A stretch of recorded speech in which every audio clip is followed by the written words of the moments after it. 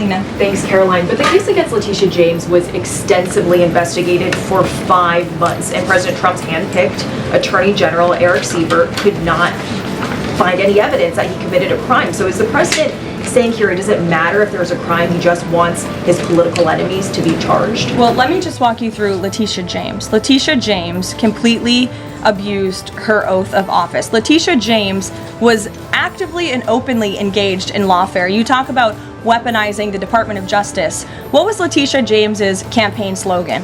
It was prosecute Donald Trump. She was saying she was going to prosecute Donald Trump before she even knew if Donald Trump committed a crime, which of course we did not. Those are not the words of a serious prosecutor. Those are the words of a corrupt politician who is abusing their power. She actively campaigned on that. She also led the witch hunt, the financial fraud investigation against President Trump and the Trump Organization, and an appeals court tossed that case out, a $500 million civil fraud penalty in August, which was another win for the president and exonerated him of this witch hunt and showed that this is an individual who is corrupt and abused her oath of office. And we also have evidence of her mortgage fraud. An April report from a white-collar fraud investigator found that there was documented evidence that James engaged in a consistent pattern of financial and property disclosures that raise serious legal questions. But why won't the president accept the conclusions of his Justice Department to not bring charges against Letitia James? In fact, you had Bondi and Blanche top DOJ leadership